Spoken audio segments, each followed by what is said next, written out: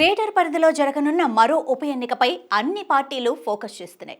జూబ్లీహిల్స్ నియోజకవర్గ ఎమ్మెల్యే మాగంటి గోపీనాథ్ మృతితో 6 నెలల లోపు ఇక్కడ ఎన్నికలు నిర్వహించాల్సి ఉండగా కాంగ్రెస్, బీజేపీ, బీఆర్ఎస్, మజ్లిస్ పార్టీల్లో హడావుడి మొదలైంది. ఎన్నికల్లో పోటీ చేసేందుకు అన్ని పార్టీల్లోనూ ఆశావాహులు ఉత్సాహం చూపిస్తూ ఇప్పటి నుంచే టికెట్ కోసం ప్రయత్నాలు ప్రారంభించారు. జూబ్లీహిల్స్ నియోజకవర్గంలో మొత్తం 3,87,206 మంది ఓటర్లున్నారు.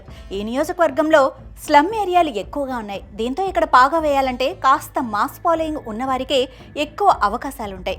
2023 అసెంబ్లీ ఎన్నికల్లో ఈ నియోజకవర్గంలో 47.49% పోలింగ్ నమోదవ్వగా ఈ నియోజకవర్గం నుంచి మాగంటి గోపీనాథ్ వరుసగా 3 పర్యాయాలు విజయం సాధించారు.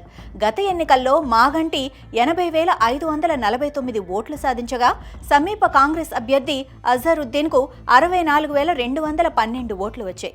16,337 ఓట్లతో ఆధిక్యంతో మాగంటి విజయం సాధించారు. ఈ నియోజకవర్గంలో ముస్లిం మైనారిటీ ఓటర్లు కీలకంగా ఉన్నారు. గత ఎన్నికలలో బీఆర్ఎస్ పార్టీతో ఉన్న అవగాహనలో భాగంగా మజ్లిస్ పోటీ చేయలేదు. అయితే త్వరలో జరగనున్న ఉప ఎన్నికల్లో మాగంటి కుటుంబ సభ్యులకే టికెట్ ఇచ్చే ఆలోచనలో బీఆర్ఎస్ పెద్దలు ఉన్నట్లు సమాచారం. గత అసెంబ్లీ ఎన్నికల్లో రాష్ట్ర వ్యాప్తంగా కాంగ్రెస్ పార్టీ ఎక్కువ స్థానాలు గెలిచి అధికారంలోకి వచ్చినప్పటికీ గ్రేటర్ పరిధిలో ఒక్క నియోజకవర్గంలో కూడా గెలవలేదు. కంటోన్మెంట్ ఎమ్మెల్యే లాస్యా నందిని యాక్సిడెంట్లో మృతి చెందడంతో అక్కడ జరిగిన ఉప ఎన్నికల్లో మాత్రం కాంగ్రెస్ అభ్యర్థి శ్రీ గణేష్ గెలుపుతో గ్రేటర్ పరిధిలో కాంగ్రెస్ పార్టీ బోణి కొట్టింది. తాజాగా జూబ్లీహిల్స్ బీఆర్ఎస్ ఎమ్మెల్యే మాగంటి మృతితో ఉప ఎన్నికలు జరగనుండగా ఈ ఎన్నికల ద్వారా కాంగ్రెస్ మరో సీటు పెంచుకోవాలన్న ఆలోచనలో ఉంది. ఈ నియోజకవర్గం ఉప ఎన్నికల బరిలో నిలిచేందుకు కాంగ్రెస్ పార్టీలో చాలా మంది పోటీ పడుతున్నట్టు సమాచారం. అయితే గత ఎన్నికల్లో పోటీ చేసి ఓడిన అజరుద్దీన్ మళ్లీ బరిలో దిగేందుకు కాంగ్రెస్ పార్టీ ఆసక్తి చూపిస్తున్నట్లు సమాచారం. అలాగే విజయారెడ్డి సైతం జూబ్లీహిల్స్ టికెట్ కోసం ప్రయత్నాలు చేస్తున్నట్లు తెలుస్తోంది.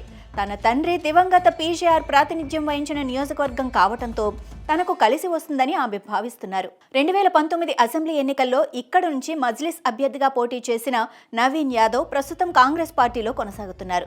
ఆయన కూడా తనకు అవకాశం కల్పించాలని పార్టీ పెద్దలను కోరుతున్నట్టు సమాచారం. ప్రస్తుతం మజ్లిస్ పార్టీ కాంగ్రెస్ కు మిత్రపక్షంగా ఉన్న నేపథ్యంలో తనకు మజ్లిస్ నుంచి కూడా మద్దతు లభిస్తుందని భావిస్తున్నారు.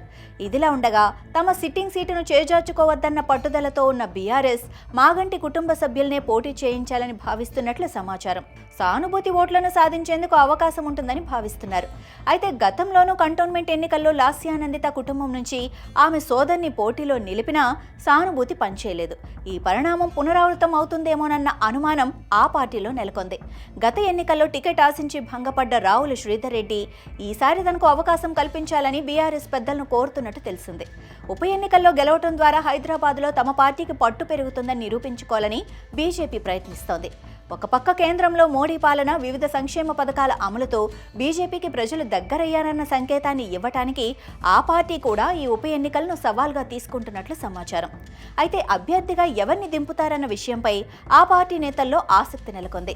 గత ఎన్నికల్లో పోటీ చేసి ఓడిపోయిన లంకెల దీపక్ రెడ్డి మరోసారి అవకాశం ఇవ్వాలని కోరుతుండగా పార్టీ మహిళా నాయకురాలు జూటూరు కీర్తిరెడ్డి, డాక్టర్ పద్మా వీరపనేనితో పాటు బీజేపీ సీనియర్ నాయకుడు బండారు దత్తాత్రేయ కుమార్తె బండారు విజయలక్ష్మి కూడా పోటీకి ఆసక్తి చూపిస్తున్నట్లు సమాచారం.